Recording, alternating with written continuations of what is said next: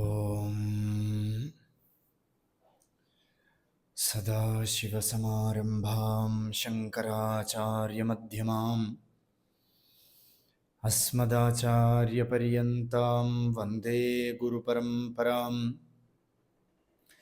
സകലനിഗമഗീതാം ബ്രഹ്മവിദ്യാം വിശുദ്ധാം നിജഗുരുരമണേഷ്ടാം ശങ്കരാചാര്യകുഷ്ഠാം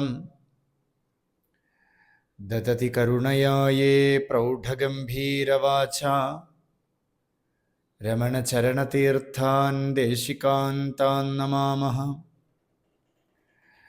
ഹൃദയകുഹരമധ്യേ കേവലം ബ്രഹ്മമാത്രം ഹി അഹമഹമിതി സാക്ഷാത് ആത്മരൂപേണ ഭാതി. ഹൃദി വിഷമനസാ സ്വം ചിൻവദാമജ്ജദാ വാ പവനചലനരോധാദാത്മനിഷ്ഠോ ഭവത്വം. ശ്രുതിസ്മൃതിപുരാണാനാമാലയം കരുണാലയം നമാമി ഭഗവത്പാദശങ്കരം ലോകശങ്കരം. ശങ്കരം ശങ്കരാചാര്യം കേശവം ബാദരായണം സൂത്രഭാഷ്യകൃതം വന്ദേ ഭഗവന്തൗ പുനഃ പുനഃ. സദാശിവസമുദ്ഭൂതശുദ്ധജ്ഞാനൈകരൂപിണീ രമണാചാര്യസമ്പൂർണാം വന്ദേ ഗുരുപരമ്പരാം. ഹരി ഓം. ന ജാഗ്രന്ന മേ സ്വപ്നകോ വാ സുഷുപ്തിഃ ന വിശ്വോ ന വാ തൈജസഃ പ്രാജ്ഞകോ വാ അവിദ്യാത്മകത്വാദ് ത്രയാണാം തുരീയഃ തദേകോ വശിഷ്ഠഃ ശിവഃ കേവലോഹം.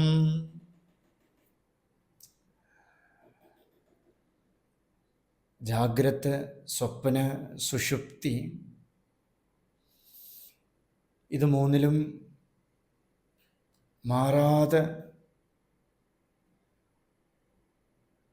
ഏതൊരു പൊരുളാണോ അവശേഷിക്കുന്നത് ആ പൊരുളായിട്ടിരിക്കുന്നതാണ് തുരീയം. അതിന് വേദമേ പറയണത് നാലാം പാദം എന്ന് പറയണുണ്ട്. ചതുർത്ഥം മന്യന്തേ, അത് ചതുർത്ഥമാണ്. ഈ ത്രയത്തിൽ നിന്നും നാലാമതൊരു പാദം. അതേതാ ആ പാദം എന്ന് പറഞ്ഞാൽ അനുഭവമേ സ്വരൂപം. അനുഭവമാത്രമായിട്ട്, without any sense, without any intellect, without body, without mind, it remains as it is. That is Chadurtham. Advaitam Shivam Chadurtham Manyande Sa Atma Savijñeyaha. അതിനെ തന്നെയാണ് ആത്മാ എന്ന് പറയണത്. അപ്പോൾ ഞാൻ ആത്മാ എന്ന് വെറുതെ ഒരു ഡെഫിനിഷൻ അല്ല. ആത്മാ എന്ന് പറയണത് ഒരു അനുഭവമാണ്. ആ അനുഭവം എല്ലാ ജീവജാലങ്ങൾക്കുമുണ്ട്. ഈ പ്രകൃതിക്കും പ്രപഞ്ചത്തിനും ഒക്കെ സാക്ഷിയാണത്. അത് സർവയിടത്തിലും വ്യാപിച്ചു കിടക്കണു. അതിനെ അറിയാൻ പറ്റാത്തത് അവിദ്യ എന്ന് വെച്ചാൽ ഈ നാമം രൂപങ്ങള് ഇതിനെ മറച്ചിരിക്കണം. അസ്ഥി ബാതി പ്രിയം നാമം രൂപം. ഇതിൽ അസ്ഥി എന്ന് പറഞ്ഞാൽ ഞാൻ ഉണ്ട് എന്ന് പറയണില്ലേ നമ്മൾ, അല്ലേ? നീ ഉണ്ടോ എന്ന് ചോദിച്ചാൽ ഞാനുണ്ട്, ഒരു കൺഫ്യൂഷനുമില്ല. ഭാതി എന്താന്ന് വെച്ചാൽ അതിനെ പ്രകാശിപ്പിക്കാൻ ഒന്നിന്റെ ആവശ്യമില്ല. ഷർട്ട് ഇടണമെന്നില്ല, പാൻറ് ഇടണമെന്നില്ല, തല കോതണമെന്നില്ല, ശാസ്ത്രം വേണമെന്നില്ല, സ്കൂൾ വേണമെന്നില്ല, ടീച്ചർ വേണമെന്നില്ല, ഗുരു വേണമെന്നില്ല, ഒന്നുമേ ഇല്ല. ഞാനുണ്ടെന്ന് അത് അതേ പറയണു. അത് സ്വയം പ്രകാശിതമാണ്. അതുകൊണ്ടാണ് ഭാതി എന്ന് പറയണത്. പ്രിയം, പ്രിയം അതിൻ്റെ നേച്ചറാണ്. അത് പക്ഷെ ഇപ്പൊ നമുക്ക് അറിയാൻ പറ്റണില്ല. പക്ഷെ നമുക്കൊക്കെ അനുഭവമുണ്ട്. ഡീപ്പ് സ്ലീപ്പില്, നല്ല ഉറക്കത്തില്, അല്ലേ? ആ ഒരു സ്റ്റേറ്റിനെ നമ്മൾ പ്രേമിക്കണോ എല്ലാവരും? എത്ര വലിയ കോടിക്കണക്കിന് കാശാണോ ഉറക്കമാണോ വലുതെന്ന് ചോദിച്ചാൽ ജസ്റ്റ് വാക്ക് കൊണ്ട് നമ്മൾ കോടിക്കണക്കെന്ന് പറയുമെങ്കിലും we can't sit like that. ഉറങ്ങാതെ നമുക്ക് ഇരിക്കാൻ പറ്റില്ല.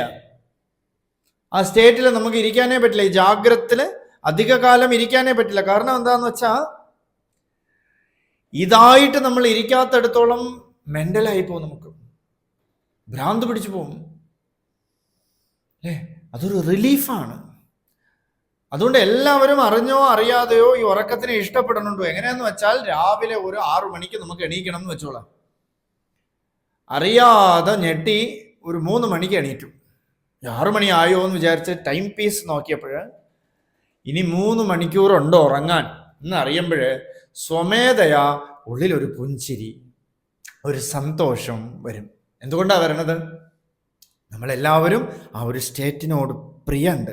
അതാണ് പ്രിയം. അതായിട്ടിരിക്കുമ്പോഴാണ് നമുക്ക് പ്രിയം വരണത്. അതിനെ ജാഗ്രതത്തിൽ ആരോപിക്കണു, സ്വപ്നത്തിൽ ആരോപിക്കണ പേര്, പിന്നെ ഒരു രൂപവും ആരോപിക്കുന്നു അല്ലെ. നമുക്ക് നമ്മളൊരു പേരിടും, നമുക്ക് നമ്മളൊരു രൂപം വയ്ക്കും. ആ നാമം രൂപമൊക്കെ നമ്മളെല്ലാത്തിലും ആരോപിക്കും. ഇപ്പൊ സ്വർണം കൊണ്ട് നമ്മുടെ സ്വാമി പറഞ്ഞൊരു കഥ വളരെയധികം നമ്മൾ വിചാരം ചെയ്യേണ്ട കഥയാണ്. ഇപ്പൊ സ്വർണം കൊണ്ട് രാമായണത്തിലെ കഥാപാത്രങ്ങളെ മുഴുവൻ ഉണ്ടാക്കി വെച്ചിട്ടുണ്ട്. സീത ഉണ്ടാക്കി വെച്ചിട്ടുണ്ട്, രാമൻ ഉണ്ടാക്കി വെച്ചിട്ടുണ്ട്, ലക്ഷ്മണൻ, ഭരതൻ, ശത്രുഘ്നൻ, ഹനുമാൻ, രാവണൻ ഒക്കെ ഉണ്ടാക്കി വെച്ചിരിക്കുന്നു അല്ലേ. അതില് ഒരേ സ്വർണം കൊണ്ടാണ് ഇതെല്ലാം ഉണ്ടാക്കി വെച്ചിരിക്കുന്നത്. നമ്മൾ അതിനെ രാമൻ എന്ന് പറയുന്നു, സീത എന്ന് പറയുന്നു. എന്തുകൊണ്ടാ? അതിനൊരു നാമം ഇടുന്നു, അതിനൊരു രൂപമുണ്ട്. 10 തലയുള്ളത് കൊണ്ട് രാവണൻ എന്ന് വെക്കണു അല്ലേ. ആർക്കെങ്കിലും ഒക്കെ ഇത് ദാനം ചെയ്യാന്ന് പറഞ്ഞാൽ എല്ലാവരും ആഗ്രഹിക്കുന്നത് രാമനെ തരൂ, രാമനെ തരൂ എന്ന് പറയും അല്ലെ. സീതയെ തരൂ, ലക്ഷ്മണനെ തരൂ അല്ലെ, ഭരതനെ തരൂ, ഹനുമാൻ സ്വാമിയെ തരൂ. ആരും രാക്ഷസനായിട്ടുള്ള രാവണനെ തരൂ എന്ന് പറയണില്ല. എന്തുകൊണ്ടാന്ന് വെച്ചാൽ ഈ നാമം രൂപം, സ്വർണത്തിനെ കാണാതെ നാമം രൂപം കാണണം. അതേ സമയത്ത് ഒരു കള്ളം വന്ന first he will take Ravana, because there is 10 heads. 10 തലയുള്ളത് കൊണ്ട് 10 തലയുള്ള രാവണനെ എടുക്കും അത്ര അല്ലേ. അതെന്താ? അത് കനകൈക മഹാബുദ്ധി. അവൻ ഈ ഫോമോ നാമമോ രൂപമോ ഒന്നും കാണണില്ല. അവൻ ആ കനകത്തിനെ മാത്രം കാണുന്നു, അതിൽ സ്വർണത്തിനെ മാത്രം കാണണം അല്ലേ. വസ്തുവിനെ മാത്രം കാണണമെന്നല്ലാതെ അതിൽ ആരോപിക്കപ്പെട്ട രൂപമോ അതിൽ ആരോപിക്കപ്പെട്ട നാമമോ അവന്റെ മൈൻഡിലേ ഇല്ല. അതാണ് ശ്രദ്ധ. ഭഗവാൻ രമണ മഹർഷി തന്നെ പറയും, കള്ളനെ പോലെ ഇരിക്കണം എന്ന്. എന്താണെന്ന് വെച്ചാൽ അതീവ ശ്രദ്ധയും, ഏതൊരു വസ്തുവാണോ അവൻ അടിച്ചു മാറ്റാൻ വന്നത് അതിലേക്ക് അതീവമായ ശ്രദ്ധയും പരിസരബോധവും. എന്ന് വെച്ചാൽ തനിക്ക് അഫക്റ്റ് ചെയ്യണത് അല്ലേ, തന്നെ കണ്ടുപിടിക്കും എന്നുള്ളത് അറിയാതെ അവൻ അതും ചിന്തിക്കണം. വളരെയധികം അവെയർ ആയിക്കൊണ്ട് ആ അടിച്ചു മാറ്റാൻ വന്ന സാധനം അല്ലേ. അതിൻ്റെ ഇടയിൽ അവൻ കഥ കേൾക്കാൻ നിൽക്കില്ല. സിനിമ കാണാൻ തിയേറ്ററിൽ പോയാൽ നമ്മൾക്ക് സിനിമ കാണാൻ നിൽക്കും. അടിച്ചു മാറ്റണം, അവൻ്റെ ശ്രദ്ധ എങ്ങോട്ടായിരിക്കും? അവന് അടിച്ചു മാറ്റണം എന്ന് മാത്രമായിരിക്കും ശ്രദ്ധ അല്ലേ. അല്ലാതെ അവന് ഇത് സിനിമ കാണണം, അതിൻ്റെ ഇടയിൽ നടത്താമെന്നൊന്നുമില്ല, സൈഡ് ബിസിനസ് ഒന്നുമില്ല. നമ്മളാണ് അധ്യാത്മം ഒരു സൈഡ് ബിസിനസ് ആക്കി വെച്ചിട്ട് അല്ലേ. ആത്മവസ്തു ഒക്കെ പറയണുണ്ട്, ആചാര്യന്മാരും ഗുരുക്കന്മാരൊക്കെ പറയണുണ്ട്. അതൊക്കെ ഒരു സൈഡിലിരിക്കട്ടെ, ജീവിത പ്രശ്നമല്ലേ. ഈ ജീവിത പ്രശ്നം എന്ന് പറയണുണ്ടല്ലോ, അതാണ് അവിദ്യ. അവിദ്യാത്മകത്വാത് ത്രയാണാം തുരീയം. ഈ അവിദ്യ ഉണ്ടല്ലോ, ഇതിനെ അങ്ങോട്ട് മാറിയാലാണ് തുരീയ അവസ്ഥ. അത് അവസ്ഥയൊന്നുമല്ല, അത് ആത്മാവിന്റെ നിജസ്വരൂപമാണ്. സ ആത്മാ എന്ന് തന്നെ പറയണം. അത് ആത്മാ തന്നെ. ആ പൊരുൾ തദ്ദേകോവിശിഷ്ട ശിവകേവലോഹം. അത് ശിവമാണ്, അത് മംഗളമാണ്, അത് പരമാത്മവസ്തുവാണ്. അപിവ്യാപകത്വാദി തത്വപ്രയോഗാത് സ്വതസിദ്ധഭാവാത് അനന്യാശ്രയത്വാത് ജഗത്തുച്ഛമേതത് സമസ്തം തദന്യത് തദ്ദേകോവശിഷ്ട ശിവകേവലോഹം. അപി വ്യാപകത്വാദി, വ്യാപകത്വാത് അഭി, അത് സർവത്തിലും വ്യാപിച്ചിരിക്കണം അല്ലേ. സ്വർണം സർവത്തിലും വ്യാപിച്ചിരിക്കണം അല്ലേ. ഒരു വളയുടെ ഏത് പാർട്ട് എടുത്താലും സ്വർണമുണ്ട്. അതിനെ നമ്മൾ വള എന്ന് പറയണം. ഇതിനെ ഉരുക്കി കഴിഞ്ഞാൽ സ്വർണം മാത്രമാവണം. അതേ വളയെ നമ്മൾ അതേ സ്വർണത്തിനെ ഉരുക്കി മാലയാക്കിയ മാല എന്ന് പേര് വരണോ, രൂപം മാറണം. പക്ഷെ വസ്തു മാറണില്ല. കാരണം വസ്തു വ്യാപിച്ച് കിടക്കുകയാണ്. വ്യാപ്തി വിശ്വം അവസ്ഥിത, വിശ്വം മുഴുവൻ വ്യാപിച്ചിരിക്കുകയാണ്. വ്യാപകത്വാത് അഭി തത്വപ്രയോഗം. ആ തത്വത്തെ നമ്മൾ ഉള്ളിൽ വിചാരം ചെയ്ത് അതിനെ പ്രയോഗിക്കണം. അല്ലേ? ഈ തത്വത്തെ നമ്മൾ ആദ്യം വിചാരം ചെയ്യണം. എങ്ങനെ? തിരുമ്പി അഹന്തനെ ദിനം അഹക്കൺ കാൺ തെരിയും എന്തനക്ക് അരുണാചല. തിരുമ്പി അഹന്തനെ, വെളിയിൽ കാണുന്നത് നാച്ചുറലാണ് അല്ലേ? കണ്ണ് തുറന്നാൽ വെളിയിലെല്ലാം കാണണം. ആർക്കും പഠിപ്പിച്ചു കൊടുക്കണ്ട, അത് വരരുത്, അത് കാണരുത് എന്നൊന്നും പഠിപ്പിച്ചു കൊടുക്കണ്ട. ഇറ്റ് വിൽ നാച്ചുറലി അല്ലേ? ഒരു ഗുരു എന്ത് ചെയ്യണു? അവന്റെ ദൃഷ്ടിയെ അന്തർമുഖത്തിലേക്ക് തിരിക്കണു, ഉള്ളിലേക്ക് തിരിക്കണു. എന്തിനാ? ഉള്ളു കാണാൻ വേണ്ടിയിട്ട്. ഉള്ളിൽ കണ്ടാലോ വെളിയിലൊക്കെ തുച്ഛം, ജഗത് തുച്ഛം. അതിനാണ് ഈ ശ്ലോകത്തിൽ പറയണത്, അവിവ്യാപകത്വാത് തത്വപ്രയോഗാത്. ആ തത്വത്തെ പ്രയോഗിക്കണം. എന്തിനാ ഈ അധ്യാത്മവിദ്യ അല്ലേ? ചിന്തിച്ചിട്ടുണ്ടോ? ഇതൊരു അപ്രീസിയേഷന് വേണ്ടിയിട്ടാണ്. ഇങ്ങനെ പറഞ്ഞു, ഇങ്ങനെ പറഞ്ഞു, നല്ലതായിട്ട് പറഞ്ഞു, ചീത്തയായിട്ട് പറഞ്ഞു. ഈ ഒരു അപ്രീസിയേഷൻ ആർക്കും വേണ്ട. ആർക്കെങ്കിലും വേണോ ഈ അപ്രീസിയേഷൻ? ആർക്കും വേണ്ട. പക്ഷെ ചിലര് ഈ അധ്യാത്മ രംഗത്ത് വിചാരിച്ചിട്ട് ഈ ഒരു അപ്രീസിയേഷൻ വേണം, എന്നെ എല്ലാവരും പാരാട്ടണം, എന്നെ എല്ലാവരും നല്ല പോലെ പുകഴ്ത്തി പറയണം, ഇങ്ങനെയൊക്കെ വിചാരിച്ച് ചിലർ വരും അല്ലേ? എനിക്ക് ഇത് കിട്ടും, അത് കിട്ടും, ധാരാളം സമ്പത്തുണ്ടാവും. അപ്പോൾ ഇതൊരു ലാഭയിച്ഛയോടുകൂടിയാണ് വരണത്. നോക്കൂ, ഈ അധ്യാത്മ രംഗത്ത് there is no need of appreciation, only you have to apply. ആപ്ലിക്കേഷനാണ് വേണ്ടത്.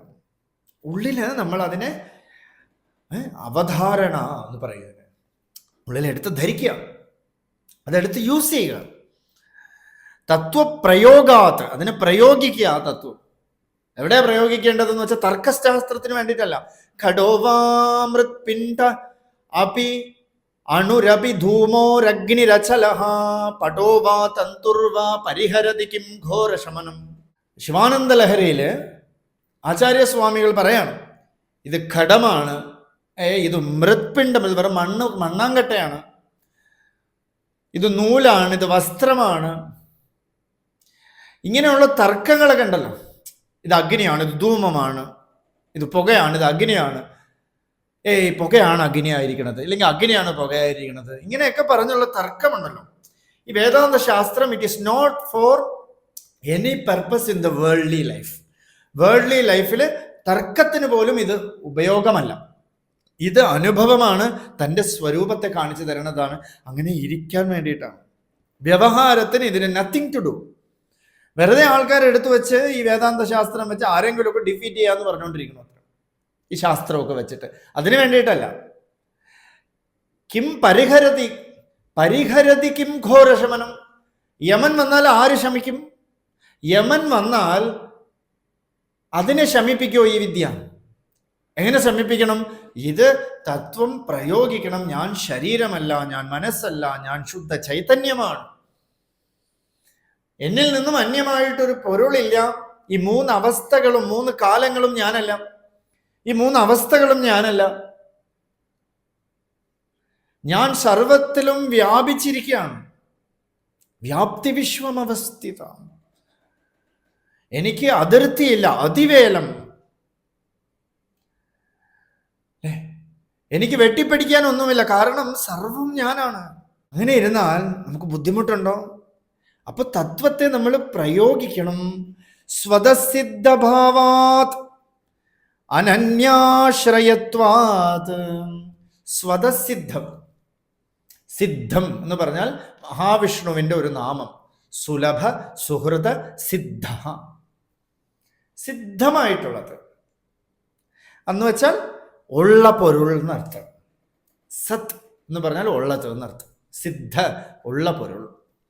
സ്വതസിദ്ധം, സ്വതസിദ്ധമായിട്ട് ഞാൻ അത് തന്നെയാണ്, വേറെ ഒരു മാറ്റവുമില്ല എനിക്ക് അല്ലേ? ഞാൻ നാമരൂപം ഒന്നുമല്ല. കാരണം ഡീപ് സ്ലീപ്പ് എന്നൊരു സ്റ്റേറ്റിൽ നാമം പോയി, രൂപം പോയി, എല്ലാം പോയി. അവിടെ ഏതൊരു സംവിത്താണോ അത് മാത്രമായിട്ടിരുന്നു, ഏതൊരു സുഖമാണോ പ്രിയമാണോ ഉള്ളത് അത് മാത്രമായിട്ടിരുന്നു. അവിടെ നത്തിങ് വിൽ കം, ഒന്നും വരണില്ല, ഡിഫീറ്റ് ചെയ്യാൻ വേണ്ടിയിട്ട് ഒന്നും വരണില്ല അല്ലേ? അവിടെ സ്വതസിദ്ധമായിട്ടിരുന്നു.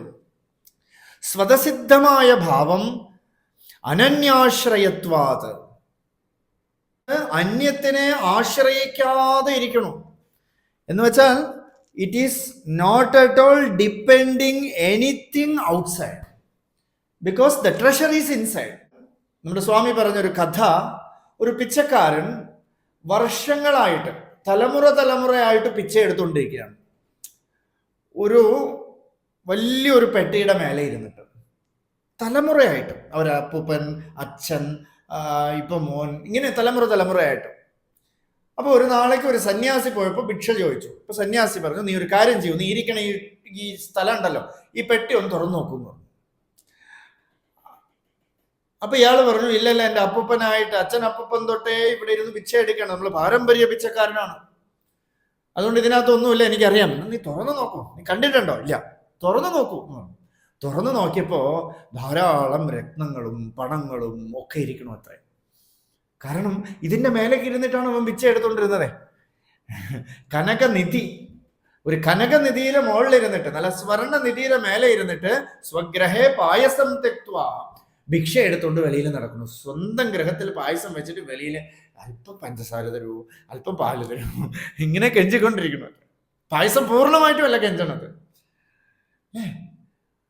ഇപ്പൊ ഭിക്ഷ എടുത്തുകൊണ്ടിരിക്കണോ നമ്മള്? അതുണ്ടല്ലോ, നമ്മൾ ആരെയും ഡിപ്പെൻഡ് ചെയ്തിട്ടില്ല. നമ്മുടെ സ്വരൂപം, സ്വതസിദ്ധമായ സ്വരൂപം എന്താന്ന് വെച്ചാൽ, it is not at all depending anything, but the world is depending everything. പ്രപഞ്ചം ഒന്നിനെ ഡിപ്പെൻഡ് ചെയ്തുകൊണ്ടിരിക്കണം.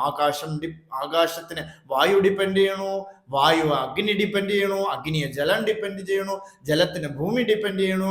Very dependency. ഈ ശരീരം എല്ലാത്തിനും ഡിപ്പെൻഡ് ചെയ്യണു, അന്നത്തിന് ഡിപ്പെൻഡ് ചെയ്യണു. ഇങ്ങനെയാണ് പോയിക്കൊണ്ടിരിക്കുന്നത് അല്ലേ? ഏതസ്മാത് ആത്മന ആകാശസംഭൂത, ആകാശാത് വായു, വായോരഗ്നിഃ, അഗ്നേരാപഃ, അഭ്യഃ പൃഥിവീ, പൃഥിവ്യാം ഓഷധയഃ, ഓഷധേഭ്യോ അന്നം, അന്നാത് പുരുഷഃ. എല്ലാത്തിനും ഒരു ആശ്രയം. ഇതിൽ വീണ്ടും ഒരു സൈക്കിൾ പോലെ ഈ ആശ്രയം നടന്നുകൊണ്ടേയിരിക്കണം അല്ലേ? അനാത്മാവിനെ ആശ്രയിക്കണം. ആത്മാവോ ഒന്നിനെ ആശ്രയിക്കേണ്ടത്. അത് നിത്യസിദ്ധമാണ്, അത് സ്വയം പ്രകാശിതമാണ് അല്ലേ? ഞാൻ ഉണ്ട് എന്നൊരു അനുഭവത്തിനെ അറിയാൻ നമുക്കൊരു സെൻസിന്റെ ആവശ്യമില്ല, വെളിയിലൊരാൾ ആവശ്യമില്ല, ഒരു ഗുരുവിന്റെ ആവശ്യമില്ല. അത് സ്വയമേവ താനേ തത്വം ഇതനൈ താനേ കാട്ടുവായ അരുണാചല. അത് സ്വയമേവ കാട്ടിത്തരും. അതിന് വേറെ ഒരു ഡിപ്പെൻഡും വേണ്ട, ഒരുത്തന്റെ ഡിപ്പെൻഡൻസിയും വേണ്ട. That is only independent. മുക്തി is your real nature. Ramana Bhagavan പറഞ്ഞു, freedom is your real nature. You don't seek freedom outside. ഈ വ്യവഹാരത്തിൽ നമുക്ക് ഫ്രീഡമേ ഇല്ല. കാരണം കെട്ടുപാടിൽ ഫ്രീഡം ഇല്ല. എത്ര സ്വർണ്ണ കൊട്ടാരത്തിലാണെങ്കിലും freedom will not come. Freedom എപ്പോഴാന്ന് വെച്ചാൽ എല്ലയില്ലാതിരിക്കുമ്പോഴ്, അതിവേലം ബൗണ്ടറി ഇല്ലാതിരിക്കുമ്പോഴ്. ആ ബൗണ്ടറി ഇല്ലാതിരിക്കലാണ് നമ്മുടെ സ്വരൂപം. അതാണ് വ്യാപകത്വാത്. മുഴുവൻ വ്യാപിച്ച് പരവിയിരിക്കുകയാണ്. അങ്ങനെ നോക്കി അതിനെ അറിഞ്ഞു കഴിഞ്ഞാൽ, തത്വത്തെ പ്രയോഗിച്ച്, ഇവിടെ മുഴുവൻ ഞാനേ ഉള്ളൂ, എന്നിൽ നിന്നും അന്യമായിട്ടൊരു പൊരുളില്ല, ഞാൻ അനാത്മാവിനെ ആശ്രയിക്കണില്ല, ഈ അനാത്മാവായിട്ടുള്ള ജഗത്തുണ്ടല്ലോ വെറും തുച്ഛം. ഞാൻ കുംഭമേളയ്ക്ക് പോയപ്പോഴേ നമ്മളൊരു സ്വാമിയെ കൊണ്ടു, ഒരു ദണ്ഡി സ്വാമിയുടെ കൂടെ ആയിരുന്നു നമ്മൾ ഒരു ടെൻറ്റിൽ. അപ്പൊ സ്വാമി എന്താണെന്നറിയില്ല, നമ്മൾ അടുത്തിരുന്നു കുറച്ചു നേരമൊക്കെ അടുത്തിരുന്ന് സ്വാമിയെ പരിചയപ്പെടുന്ന. ഞാൻ കുളിച്ചിട്ട് വേഗം സ്വാമിയുടെ അടുത്ത് പോയിരുന്നു. കുറച്ചു നേരം സ്വാമിജി എൻ്റെ അടുത്ത് പറയാണ്, ടെൽ അബൌട്ട് അദ്വൈത. സ്വാമിക്ക് അറിയില്ല ഞാൻ ഇത് പറയുമോന്നും, ഒരു പാരമ്പര്യം ഒന്നും അറിയില്ല. നമ്മളൊരു ആളുടെ ബന്ധത്തിൽ അങ്ങോട്ട് പോയതാണ്. അപ്പോഴാണ് അവിടെ വെച്ചാണ് സ്വാമിയെ പരിചയപ്പെടുന്നത്. സ്വാമി പറഞ്ഞു, ടെൽ അബൌട്ട് അദ്വൈത, ശങ്കരാസ് അദ്വൈത, അങ്ങനെ പറഞ്ഞു. അപ്പൊ ഞാൻ പറഞ്ഞു, ശങ്കരാസ് അദ്വൈത, അദ്വൈതം എന്ന് പറയണത് ഉള്ളതാണ്, ശങ്കരൻ അതിനെ പ്രചരിപ്പിച്ചു, അത്രേ ഉള്ളൂ അല്ലെ? ആദിശങ്കരർ അതിനെ പ്രചരിപ്പിച്ചു എന്നല്ലാതെ അദ്വൈത ശാസ്ത്രത്തിന്റെ അല്ലെ അദ്വൈത സിദ്ധാന്തത്തിന്റെയോ ഒരു സ്ഥാപകനല്ല. സ്ഥാപകൻ എന്ന് പറയുമ്പോൾ അയാൾ അപ്പം ഉണ്ടാക്കിയത് ഒരു സിദ്ധാന്തം ഇതല്ല. ഇത് ഓത്തന്റിക് നമ്മുടെ വേദം പറയണത്, ഉപനിഷത്തെ പറയണതിനെയാണ് അവിടെ സ്ഥാപിച്ചത്, അവിടെ പ്രചരിപ്പിച്ചു, അത്രേ ഉള്ളൂ. അത് അങ്ങനെ പറഞ്ഞ് നമ്മൾ ധാരാളം അങ്ങോട്ട് സംസാരിച്ച് പോയി. അവസാനം അദ്ദേഹം എൻ്റെ അടുത്ത് പറഞ്ഞു, ഞാനൊരു പ്രൊഫസറാണ്, ഞാൻ ജോഗ്രഫിയിലെ പ്രൊഫസറാണ്. ജോഗ്രഫി എന്ന് പറഞ്ഞാൽ it is full about the world അല്ലെ? ഈ പ്രപഞ്ചത്തെ പറ്റിയും ഓരോരോ സ്ഥലങ്ങളെ പറ്റിയും അല്ലെ, ജഗത്തിനെ പറ്റിയും. After reading Shankaracharya, after knowing about Shankaracharya, എപ്പോഴാണോ ശങ്കരാചാര്യനെ കുറിച്ച് പഠിച്ചത്, അതിനുശേഷം ജഗത് മിഥ്യ ഇതങ്ങ് വിട്ടുകളഞ്ഞു. അത്ര പ്രൊഫസർ ജോലി അങ്ങോട്ട് വിട്ടുകളഞ്ഞു. വളരെയധികം ആശ്ചര്യം എനിക്ക്, അല്ലേ? നമ്മളെന്ത് കരുതും, അയ്യോ വേണമെങ്കിൽ നമ്മൾ ഈ അധ്യാത്മം അങ്ങോട്ട് വിടാം, അല്ലെ, ഗുരുവായിട്ടുള്ള കണക്ഷൻ അങ്ങോട്ട് വിടാം, എൻ്റെ പ്രൊഫസർ ജോലിയോ എനിക്ക് പൈസ കിട്ടുന്ന ജോലിയോ ഒന്നും ഞാൻ വിടില്ല എന്ന് പറയും, അല്ലേ? അപ്പോ ജഗത് തുച്ഛമേതത്, ഭൂമിയിൽ വെച്ച് നോക്കുമ്പോൾ ജഗത്ത് എന്ന് പറയണത് വെറും തുച്ഛമാണ്. സമസ്തം തദന്യത്, അതിനെ വെച്ച് നോക്കി സമസ്തവും വെറും തുച്ഛമാണ്. അതുമാത്രമാണ് സത്യമായിട്ടിരിക്കുന്നത്. ഏതാന്ന് വെച്ചാൽ തദേകോവശിഷ്ട ശിവ കേവലോ, അത് തന്നെയാണ് ഞാൻ പരിപൂർണമാണ്. ഞാൻ പൂർണ്ണമല്ലാത്തതല്ല. നമ്മുടെ ആചാര്യന്മാരും ഒക്കെ പറയണത് നമ്മൾ പൂർണ്ണമാണ്. നമ്മുടെ ശാസ്ത്രമോ നമ്മുടെ പുരാണമോ ഒന്നും നമ്മൾ അപൂർണനാണെന്ന് പറയണേ ഇല്ല, അല്ലേ? നമ്മൾ സ്വയമേവ എന്തെങ്കിലുമൊക്കെ സീക്ക് ചെയ്തിട്ട് ഞാൻ അപൂർണനാണ്, ഞാൻ ജിമ്മിൽ പോയി മെയിൻറ്റെയിൻ ചെയ്യണം, ഞാൻ യോഗ ചെയ്തു മെയിൻറ്റെയിൻ ചെയ്യണം, അല്ലേ, ഞാൻ ഏതോ ക്ലാസ്സിന് പോയിട്ട് എന്തോ കിട്ടേണ്ടതുണ്ട് ഒക്കെ നമ്മൾ വിചാരം ചെയ്ത് പറയണമെന്നല്ലാതെ വാസ്തവത്തിൽ നമ്മൾ പൂർണ്ണമാണ്. നമ്മുടെ ആചാര്യന്മാർ പറയാണ് പൂർണ്ണമത പൂർണ്ണമിതം പൂർണ്ണാത് പൂർണ്ണമുദച്യതേ പൂർണ്ണസ്യ പൂർണ്ണമാതായ പൂർണ്ണം ഏവ അവശിഷ്യത്തെ. പൂർണ്ണം മാത്രമാണ് ഇവിടെ ഉള്ളത്, അതിൽ നിന്നും അന്യമായിട്ട് ഒന്നും ഇവിടെ ഇല്ല. പൂർണ്ണം ആയിട്ടുള്ള മംഗളമായിട്ടുള്ള ആ ശിവം, ആ മംഗളം, അതേ എൻ്റെ സ്വരൂപം. ന ചൈകം തദന്യദ്വിതീയം കുതസ്യാത് ന വാ കേവലത്വം ന ചാ കേവലത്വം ന ശൂന്യം ന ചാശൂന്യമദ്വൈതകത്വാത് കഥം സർവവേദാന്ത സിദ്ധം ബ്രവീമി. ന ചൈകം തദന്യസ് ദ്വിതീയം കുതസ്യാത്. Acharya Swami is asking, there is one is not at all existing here, then what about two? ഒന്നേ ഇല്ല ഇവിടെ, പിന്നെ എങ്ങനെ രണ്ടുണ്ടാവും? ആലോചിച്ച് നോക്കിയാൽ ഒന്ന് എന്ന് പറയാൻ നമുക്കിവിടെ ഒന്നുമില്ല. എല്ലാം പോയി മറഞ്ഞു പോയി. എല്ലാം മറഞ്ഞു പോയിട്ട് ഏതൊന്നാണോ പ്രകാശിക്കണത് അതുമാത്രമായിട്ട് നിന്നു. അവിടെ ഒന്നെന്ന് കാണാനോ രണ്ടെന്ന് കാണാനോ ഇല്ല. രണ്ടുണ്ടെങ്കിലേ ഒന്നിന്റെ ആവശ്യമുള്ളൂ, അല്ലേ? രണ്ടുണ്ടെങ്കിലേ ഒന്നിന്റെ ആവശ്യമുള്ളൂ, ഇല്ലെങ്കിൽ ഒന്നേ ഇല്ല. ഉള്ളത് അത് മാത്രം, അല്ലെ? ഒന്നിന്റെ ആവശ്യം എന്താ? If there is two, then only we need one to understand. ഈ പ്രപഞ്ചമൊക്കെ ഉണ്ടെങ്കിലല്ലേ അതിൽ നിന്ന് അന്യമായിട്ട് ഞാൻ ഉണ്ട് എന്ന് പറയേണ്ടി വരുള്ളൂ. ഈ പ്രപഞ്ചം ഇല്ല, ഇത് ജന്മാതി അസ്യ യതഃ, ഇത് വെറും തോന്നലാണ്, ജസ്റ്റ് ഉദിക്കണം, അത്രേ ഉള്ളൂ. തത്വത്തെ പ്രയോഗിച്ചവർക്ക് മനസ്സിലാവും ഇത് വെറുതെ ഒരു തോന്നലാണ്, ഇല്ലാത്തതാണ്, സ്വപ്നം കാണുന്നത് പോലെയാണ് അത്രേ. സ്വപ്നത്തിൽ എന്തൊക്കെയോ ഉണ്ട്, എന്തൊക്കെയോ വിഷമം വരണു, എന്തൊക്കെയോ സുഖം സംഭവിക്കുന്നു. എന്തൊക്കെ സംഭവിച്ചാലും വാസ്തവത്തില് സ്വപ്നത്തിൽ നിന്ന് ഉണർന്നാ അതിനെന്തെങ്കിലും ഒരു പ്രസക്തി ഉണ്ടോ? ഒരു പ്രസക്തിയും ഇല്ല. എന്താ കാരണം? എന്താ കാരണം എന്ന് വെച്ചാൽ ഇല്ലാത്തതാണ്. ഇല്ലാത്തത് ഉള്ളതുപോലെ കണ്ടു. അതുകൊണ്ട് ഉള്ളത് ഒന്നേ ഉള്ളൂ. രണ്ടുണ്ടെങ്കിലേ അവിടെ ഒന്നെന്നൊരു നാമമെങ്കിലും കൊടുക്കാൻ പറ്റുള്ളൂ. അതുകൊണ്ട് ആചാര്യസ്വാമികൾ പറയണു ഒന്നേ ഇല്ല, പിന്നെ എങ്ങനെ രണ്ടു വരും?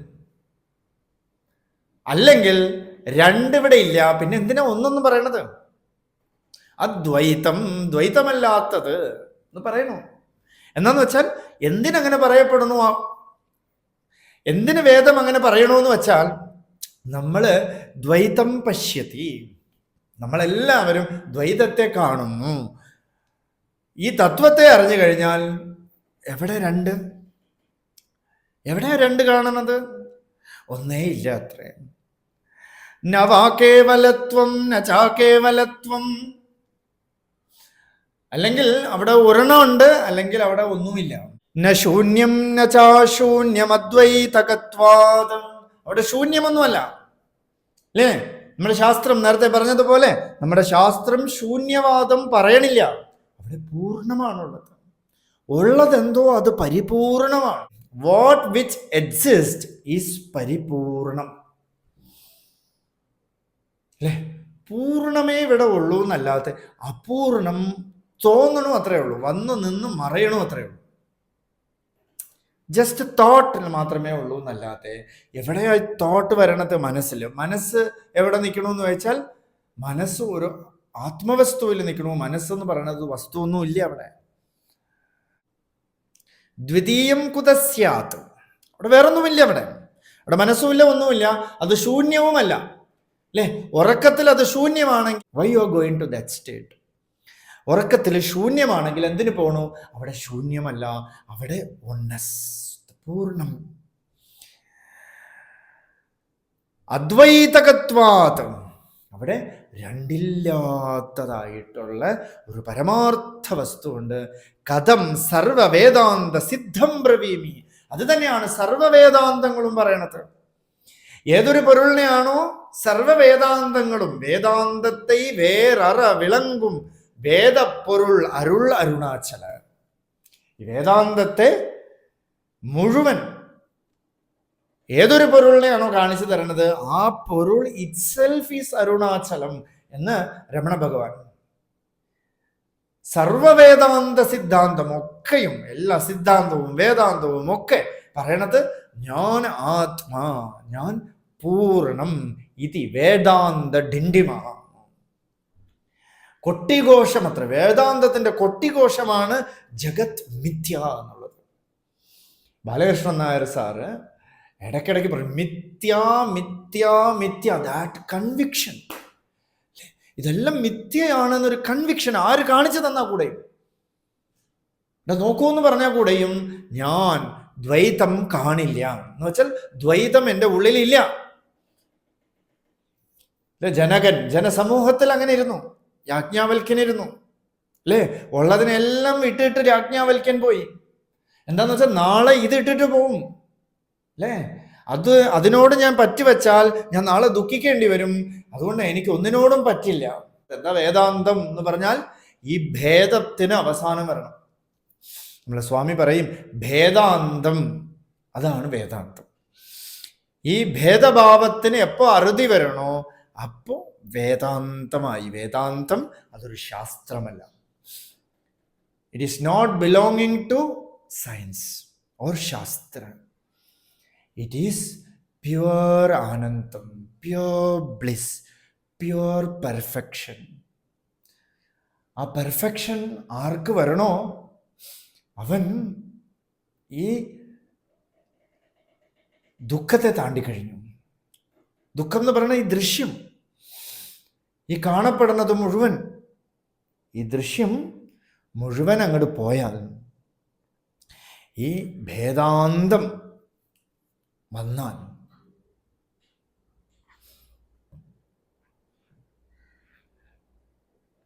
വേദാന്തം അവിടെ പ്രകാശിക്കണം. ഇതാണ് ഈ 10 ശ്ലോകത്തിലൂടെ തൻ്റെ പരിപൂർണ നിജാവസ്ഥ ഉപനിഷത്ത് പ്രമാണമായിട്ട് തൻ്റെ ഗുരുവിൻ്റെ മുമ്പിൽ അനുഭൂതിരസമായിട്ട് ആ കുട്ടി, ബാലനായിട്ടുള്ള 8 വയസ്സായിട്ടുള്ള കുട്ടി ഗുരുഗോവിന്ദരടുത്ത്, തൻ്റെ ഗുരുവിൻ്റെ അടുത്ത്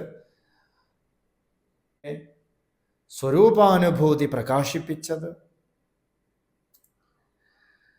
ഈ 10 ശ്ലോകം, ഈ ദശശ്ലോകി രമണചരണ തീർത്ഥസ്വാമികളുടെ പാദത്തിൽ രമണ മഹർഷിയുടെ സ്മരണയോടുകൂടി ഗുരുപരമ്പരകളെ മുഴുവൻ വന്ദിച്ച് ആചാര്യസ്വാമികളെ സ്മരിച്ചുകൊണ്ട് സമർപ്പിക്കുകയാണ്. അരുണാചല ശിവ, അരുണാചല ശിവ, അരുണാചല ശിവ, അരുണാചല, അരുണാചല ശിവ, അരുണാചല ശിവ, അരുണാചല ശിവ, അരുണാചല.